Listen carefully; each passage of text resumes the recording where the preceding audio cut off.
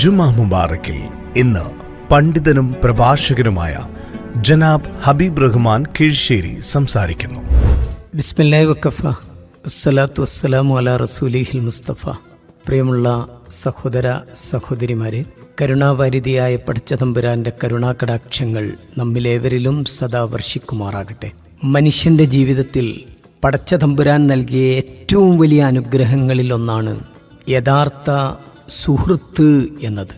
ജന്മബന്ധങ്ങൾ നാം തീരുമാനിക്കാതെ നമുക്ക് ലഭിക്കുന്നതാണ്. എന്നാൽ സൗഹൃദം എന്നത് നാം തിരഞ്ഞെടുക്കുന്ന ബന്ധമാണ്.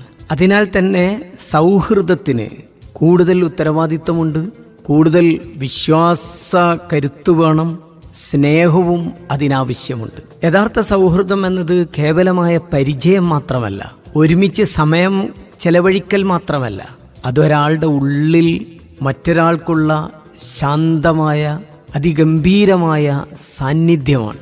ഏതൊരു വ്യക്തിയും ഞാൻ ആരാണ് എന്ന് മറച്ചു വെക്കാതെ തൻ്റെ ദൗർബല്യങ്ങളും തൻ്റെ കഴിവുകളുമെല്ലാം സ്വതന്ത്രമായി പ്രകടിപ്പിക്കുവാൻ, വ്യക്തമായി നിലകൊള്ളാൻ കഴിയുന്ന ശരിയായ ബന്ധത്തെക്കുറിച്ചാണ് സൗഹൃദം എന്ന് പറയേണ്ടത്. നമ്മൾ മറ്റൊരാളുടെ യാഥാർത്ഥ്യത്തെ കാണുകയും അത് സ്വീകരിക്കുകയും ചെയ്യുന്നു. അതോടൊപ്പം തന്നെ വിഷമം വരുമ്പോൾ, സങ്കടങ്ങൾ ഉണ്ടാകുന്ന നേരത്ത് പറയാതെ ആശ്വാസമായി എത്തുന്നത് അതുകൊണ്ടാണ്. നാം മനസ്സിലാക്കേണ്ടത് സൗഹൃദത്തിൻ്റെ ഏറ്റവും വലിയ കരുത്ത് വിശ്വാസമാണ് എന്ന് നാം മനസ്സിലാക്കണം. ഇത് കേവലം വാക്കുകളിലൂടെ മാത്രം ഉണ്ടാക്കാൻ കഴിയുന്ന ഒന്നല്ല.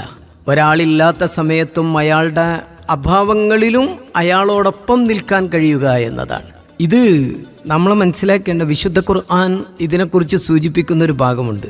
ജനങ്ങളെ, നിങ്ങൾ പരസ്പരം അറിയേണ്ടതിനാണ് നിങ്ങളെ വിവിധ ജനതകളും ഗോത്രങ്ങളുമാക്കി സൃഷ്ടിച്ചത്. പരസ്പരം അറിയാൻ, പരസ്പരം മനസ്സിലാക്കാൻ, പരസ്പരം സ്നേഹിക്കുവാനുമുള്ള ശക്തമായ ഒരു ആഹ്വാനമാണിത്. ഈ പരിചയം മനോഹരമായ ഒരു ആത്മബന്ധമായി വളരുമ്പോഴാണ് അത് സൗഹൃദമാകുന്നത്. മഹാനായ റൂമി ഒരിക്കൽ സൂചിപ്പിച്ചല്ലോ, ആദ്യം നീ ഒരു വിളക്കാവണം, ഒരു രക്ഷാവഞ്ചിയാവുക, ഒരാളുടെ ഒരു ഏണിയാവുക എന്ന് പറഞ്ഞാൽ മറ്റൊരാളുടെ ആത്മാവിന് സാന്ത്വനമാവുക എന്നർത്ഥം. അതാണ് ഒരു സുഹൃത്ത് എന്ന് പറയുന്നത്. അതോടൊപ്പം മുറിവുകളിലൂടെയാണ് വെളിച്ചം ഉള്ളിലേക്ക് കടക്കുന്നതെന്ന് റൂമി ഒരിക്കൽ പറഞ്ഞിട്ടുണ്ട്. ആ മുറിവുകളെ ഭേദമാക്കാൻ ആദ്യമെത്തുന്നതു പലപ്പോഴും ഒരു സുഹൃത്താണ്. അല്ലാമ മുഹമ്മദ് ഇഖ്ബാൽ സൂചിപ്പിച്ചതുപോലെ നക്ഷത്രങ്ങൾക്കപ്പുറവും ലോകങ്ങളുണ്ട്. യഥാർത്ഥ സുഹൃത്തെന്ന് പറയുന്നത് നമ്മുടെ സ്വപ്നങ്ങളെ കരിച്ചു കളയുന്നവനല്ല, നമുക്ക് അതിരുകൾക്കപ്പുറമുള്ള സ്വപ്നങ്ങളെ കാണാൻ നമ്മെ പ്രചോദിപ്പിക്കുന്നവനായിരിക്കണം നമ്മുടെ സുഹൃത്ത് എന്ന് പറയുന്നത്. അരിസ്റ്റോട്ടിൽ സൂചിപ്പിച്ചതുപോലെ 2 ശരീരങ്ങളിൽ വസിക്കുന്ന ഒരൊറ്റ ആത്മാവാണ് സൗഹൃദം. ആ 2 ശരീരങ്ങളിലാണ് വസിക്കുന്നതെങ്കിലും ഒരൊറ്റ ആത്മാവായി നിൽക്കുക എന്നത് വളരെ കരുത്തുള്ള ഒരു കാര്യമായിട്ട് നാം മനസ്സിലാക്കേണ്ടതുണ്ട്. വിശുദ്ധ ഖുർആൻ ഈ കാര്യത്തെ വളരെ മനോഹരമായിട്ടാണ് അവതരിപ്പിക്കുന്നത്. എല്ലാ അർത്ഥത്തിലും മനുഷ്യന്റെ ജീവിതത്തെ ഏറ്റവും മനോഹരമായി, മനുഷ്യരെ നിങ്ങൾ ഒന്നിച്ചു നിൽക്കണം, അള്ളാഹുവിൻ്റെ മാർഗത്തിൽ തൻ്റെ സഹോദരനെ സ്നേഹിക്കുന്നവന് റബ്ബിൻ്റെ പ്രീതിയായിരിക്കും ലക്ഷ്യം. വെറുപ്പും പകയും വിദ്വേഷവും വളരുകയും അത് ബന്ധത്തിൻ്റെ തകർച്ചയിലെത്തിക്കുകയും ചെയ്യുന്നത് ആ ലക്ഷ്യബോധം വിസ്മരിക്കുമ്പോഴാണ് എന്ന് നമുക്ക് കാണാൻ കഴിയും. ദുഃഖങ്ങളിൽ സുഹൃത്തിൻ്റെ സുഖദുഃഖങ്ങളിൽ പങ്കുചേരാൻ കഴിയുന്ന, അവൻ്റെ ആവശ്യങ്ങളെ കണ്ടറിയാൻ കഴിയുന്ന, എന്ത് വില നൽകുവാനും അവന് സന്നദ്ധമാകാൻ കഴിയുന്ന ഒരവസ്ഥ. പ്രവാചകന്റെ അനുചരൻ അബൂബക്കർ സിദ്ദീഖ് റളിയല്ലാഹു അൻഹുവിൻ്റെ മഹത്തായ ഉദാഹരണം ഇതിൽ നമുക്ക് കാണാൻ കഴിയും. അതിദുർഘടമായ ഘട്ടത്തിലും തൻ്റെ ആ സഹോദരൻ്റെ ആവശ്യങ്ങൾക്ക് മുമ്പിൽ ജീവൻ പണയം വെക്കാൻ തയ്യാറായ ഒട്ടുവളരെ പ്രവാചകാനുചരന്മാരുടെ ചരിത്രം നമ്മെ പഠിപ്പിക്കുന്നുണ്ട്. ഹിജറ കഴിഞ്ഞു വന്ന, പലായനം ചെയ്തു എത്തിയ 2 കൈകളും നീട്ടി സ്വീകരിക്കുവാൻ, അവർക്ക് വേണ്ടി തങ്ങളാലാകുന്ന സഹായങ്ങളെല്ലാം ചെയ്തു കൊടുക്കുവാൻ തയ്യാറായ യസ്രിബിലെ മദീനയിലെ വിശ്വാസികളുടെ പ്രവർത്തനം ചരിത്രത്തിൽ തുല്യതയില്ലാത്തതാണ് എന്ന് നമുക്ക് കാണാൻ കഴിയും. നല്ല കൂട്ടുകാരനെ പ്രവാചകൻ ഉദാഹരിക്കുന്നത് കസ്തൂരി വിൽക്കുന്നവനുമായിട്ടാണ് പ്രവാചകൻ താരതമ്യം ചെയ്യുന്നത്. അവൻ്റെ കൂടെ കൂടിയാൽ സുഗന്ധമാണ് ലഭിക്കുക. നല്ല കൂട്ടുകാരനെ ലഭിച്ചാൽ സുഗന്ധമാണ് ലഭിക്കുക.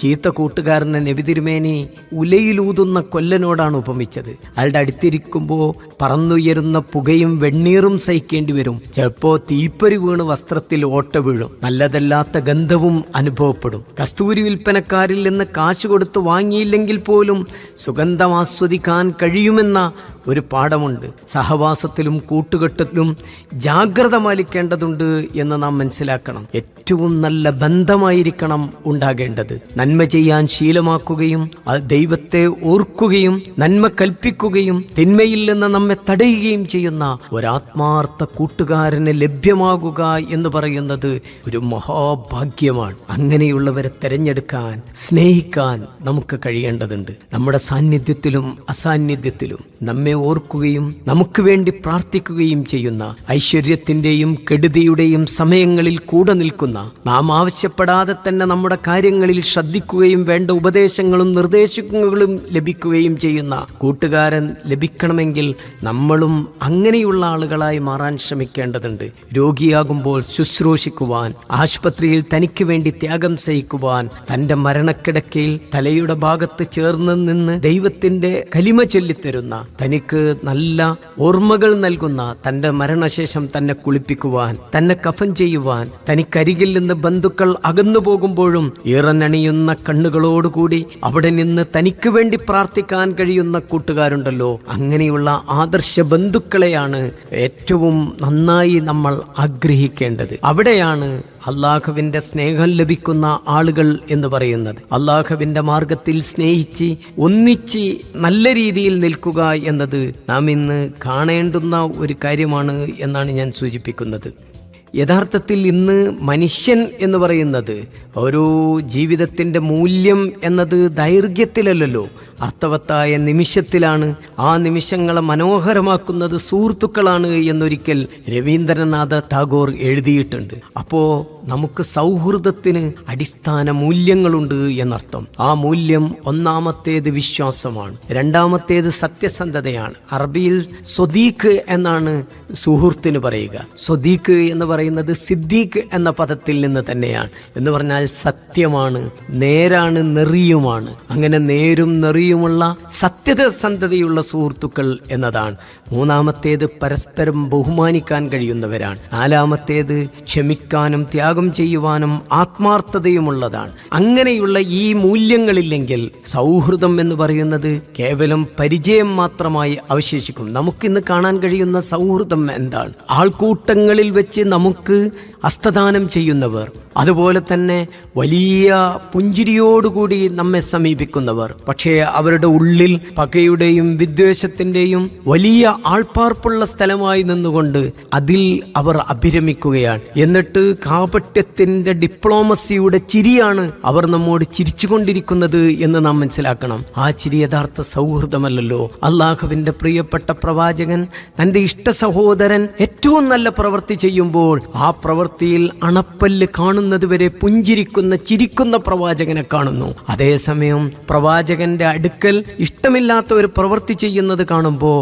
പ്രവാചകന്റെ മുഖം ചുവക്കുന്നത് കാണുന്നു, കണ്ണുകൾ കടുപ്പിച്ചു നോക്കുന്നത് കാണുന്നു. അങ്ങനെ മുഖം ചുവക്കുന്ന പ്രവാചകനെയും നമുക്ക് പ്രവാചകന്റെ ജീവിത പാഠങ്ങളിൽ നിന്ന് കാണാൻ കഴിയും. അതേസമയം ഇതൊന്നും അറിയാത്ത, ഇതിനെ മനസ്സിലാക്കാൻ കഴിയാത്ത ആളുകൾ കേവലമായ സൗഹൃദം എന്ന് പറയുന്നത് ചിരിയുടെ ശബ്ദമായി മാത്രം കാണുന്നവർ, കണ്ണീരറിയുന്ന മൗനമായി കാണാത്തവർ, കൈകോർക്കുന്ന നിമിഷമല്ല കൈവിടാത്ത വിശ്വാസമാണ് എന്ന് മനസ്സിലാക്കാത്തവരെ കുറിച്ച് നമുക്ക് എന്തു പറയാൻ പറ്റും? അതല്ല യഥാർത്ഥ സൗഹൃദം എന്ന് പറയുന്നത്. വസന്തത്തിൽ പൂക്കൾ നൽകുന്നതല്ല, വേനലിൽ തണലാകുന്നതാണ് സൗഹൃദം എന്ന് നാം മനസ്സിലാക്കണം.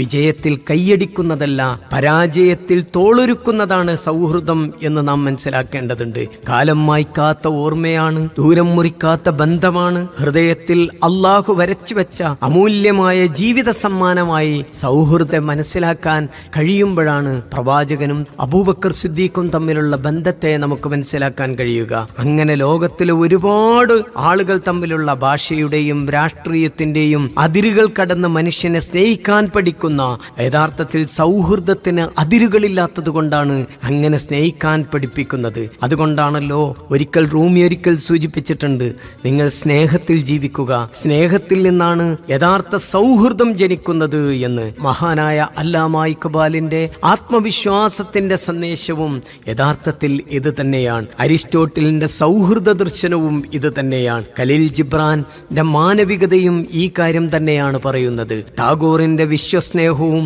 നമ്മുടെ ജീവിതത്തിൽ ഏറ്റവും മനോഹരമായിട്ട് വരഞ്ഞു കാണിക്കുന്നത് ഇത് തന്നെയാണ്. അപ്പോൾ നമ്മെ സംബന്ധിച്ചിടത്തോളം ഒരു നല്ല സുഹൃത്താകാൻ നമുക്ക് കഴിയുക എന്നത് വളരെ വലിയ ഒരു അധ്വാനമാണ് എന്ന് നാം മനസ്സിലാക്കണം. ആ അധ്വാനത്തിന് വേണ്ടിയുള്ള പരിശ്രമമായിരിക്കണം നമുക്കുണ്ടാകേണ്ടത്. മറ്റൊരാളുടെ ജീവിതത്തിൽ പ്രതീക്ഷയാകാൻ, വിശ്വാസമാകാൻ, സ്നേഹമാകാൻ എങ്ങനെയാണ് നമുക്ക് സാധിക്കുക എന്നതിനെക്കുറിച്ചാണ് നാം തീർച്ചയായും ആലോചിക്കേണ്ടത്. അതുകൊണ്ടാണ് പ്രവാചകന്റെ ജീവിതത്തിലും വിശുദ്ധ ഖുർആനുമൊക്കെ അങ്ങനെ നമുക്ക് ഏറ്റവും നല്ല ബന്ധത്തെ സൂചിപ്പിച്ചു തരുന്നത് എന്ന് നാം മനസ്സിലാക്കണം. സൗഹൃദത്തിന്റെ പുതിയ നിർവചനം എന്ന് പറയുന്നത് നെറ്റ്വർക്കിങ്ങിലുള്ള പുതിയ നിർവചനത്തിലൂടെയാണ് നാം പോകുന്നത്. അവിടെ വികാരങ്ങളെക്കാൾ പ്രധാനം ലൈക്കുകൾക്കാണ്, അതുപോലെ തന്നെ ഇമോജികൾക്കാണ്. എൻ്റെ പ്രിയപ്പെട്ട ഉപ്പ മരണപ്പെടുമ്പോൾ, എൻ്റെ പ്രിയപ്പെട്ട സുഹൃത്തിന്റെ മാതാവ് മരണപ്പെടുമ്പോൾ, എൻ്റെ പ്രിയപ്പെട്ട സുഹൃത്തിന്റെ പ്രിയപ്പെട്ട പത്നി മരണപ്പെടുമ്പോൾ,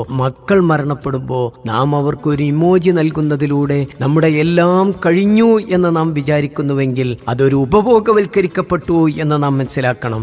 ആ കൃത്രിമമായ സ്നേഹപ്രകടനങ്ങളും ആ അവസരോചിതമായ സൗഹൃദ മാറ്റങ്ങളുമൊക്കെയാണ് യഥാർത്ഥത്തിൽ ഇവിടെ നടക്കുന്നത്. അതേസമയം നാം മനസ്സിലാക്കേണ്ടത് നമ്മുടെ സൗഹൃദം എന്ന് പറയുന്നത് ഏറ്റവും നന്നായി ഒരാൾ മരണപ്പെടുമ്പോൾ അവൻ്റെ അടുത്ത് പോകാൻ കഴിയുന്ന, സുഹൃത്തിന് ദുഃഖമുണ്ടാകുമ്പോൾ അവൻ്റെ അടുത്ത് ചെന്നുകൊണ്ട് സംസാരിക്കാൻ കഴിയുന്ന ആ സൗഹൃദത്തിന് ഏറ്റവും നല്ല വില കൽപ്പിച്ചുകൊണ്ടാണ് ഇസ്ലാം മനുഷ്യനെ യോജിപ്പിച്ചു കൊണ്ടിരിക്കുന്നത് എന്ന് നാം മനസ്സിലാക്കേണ്ടതുണ്ട്. അതുകൊണ്ടാണ് പരസ്പരം സ്നേഹം നൽകാൻ, പുഞ്ചിരിയോടുകൂടി സമീപിക്കുവാൻ, അതോടൊപ്പം തന്നെ പരസ്പരം കാണുമ്പോൾ വിദ്വേഷത്തെ ഇല്ലാതാക്കുന്നതിന് ഹദിയ നൽകുവാൻ, സമ്മാനങ്ങൾ നൽകുവാൻ പ്രവാചകൻ പഠിപ്പിക്കുന്നു. അതോടൊപ്പം തന്നെ നിങ്ങൾ നമസ്കാരത്തിന്, ആരാധനയിൽ ഒന്നിച്ചു നിൽക്കുമ്പോൾ നിങ്ങൾ ചേർന്ന് നിൽക്കണം എന്ന് പ്രവാചകൻ തിരുമേനി സല്ലല്ലാഹു അലൈഹി വസല്ലമ പഠിപ്പിക്കുകയാണ്. നിങ്ങൾ ഒരിക്കലും പരസ്പരം നെഞ്ചകത്തെ പക ഒഴിച്ചു കളയാൻ നിങ്ങൾ പരസ്പരം സമ്മാനങ്ങൾ നൽകണം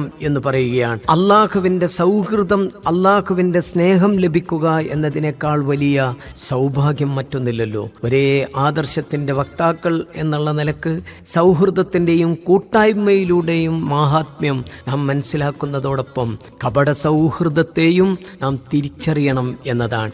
ഞാൻ ചിരിക്കുന്ന ചിരി യഥാർത്ഥമായ ചിരിയാണോ, അതല്ല ഞാൻ ഡിപ്ലോമസിയുടെ കപടച്ചിരിയാണോ എൻ്റെ സുഹൃത്തിനോട് ചിരിക്കുന്നത് എന്ന് ഞാൻ എന്നോട് തന്നെ പലവട്ടം ചോദിക്കേണ്ടുന്ന ഒരു കാലത്താണ് നാം നിലനിൽക്കുന്നത് എന്ന് നാം അറിയണം. ഒരിക്കലും നമ്മുടെ ഹൃദയം കൊണ്ട് ആളുകളെ സ്നേഹിക്കുവാൻ, ചിരി കൊണ്ട് മാത്രമല്ല ഹൃദയം കൊണ്ട് സ്വീകരിക്കുവാൻ, ഹൃദയത്തിൽ നമുക്ക് നമ്മുടെ സുഹൃത്തിന് സ്ഥാനം നൽകുവാൻ കഴിയുമോ എന്ന വലിയ ആലോചന ഈ സന്ദർഭത്തിൽ ഉണ്ടാകണം. ലോക സൗഹൃദ ദിനം വരുന്ന ഈ സമയത്ത് ഇത്തരം ചെറിയ ആലോചന കൂടി നമ്മുടെ മുമ്പിൽ ഉണ്ടാകണം. പടച്ച തമ്പുരാൻ അനുഗ്രഹിക്കുമാറാകട്ടെ.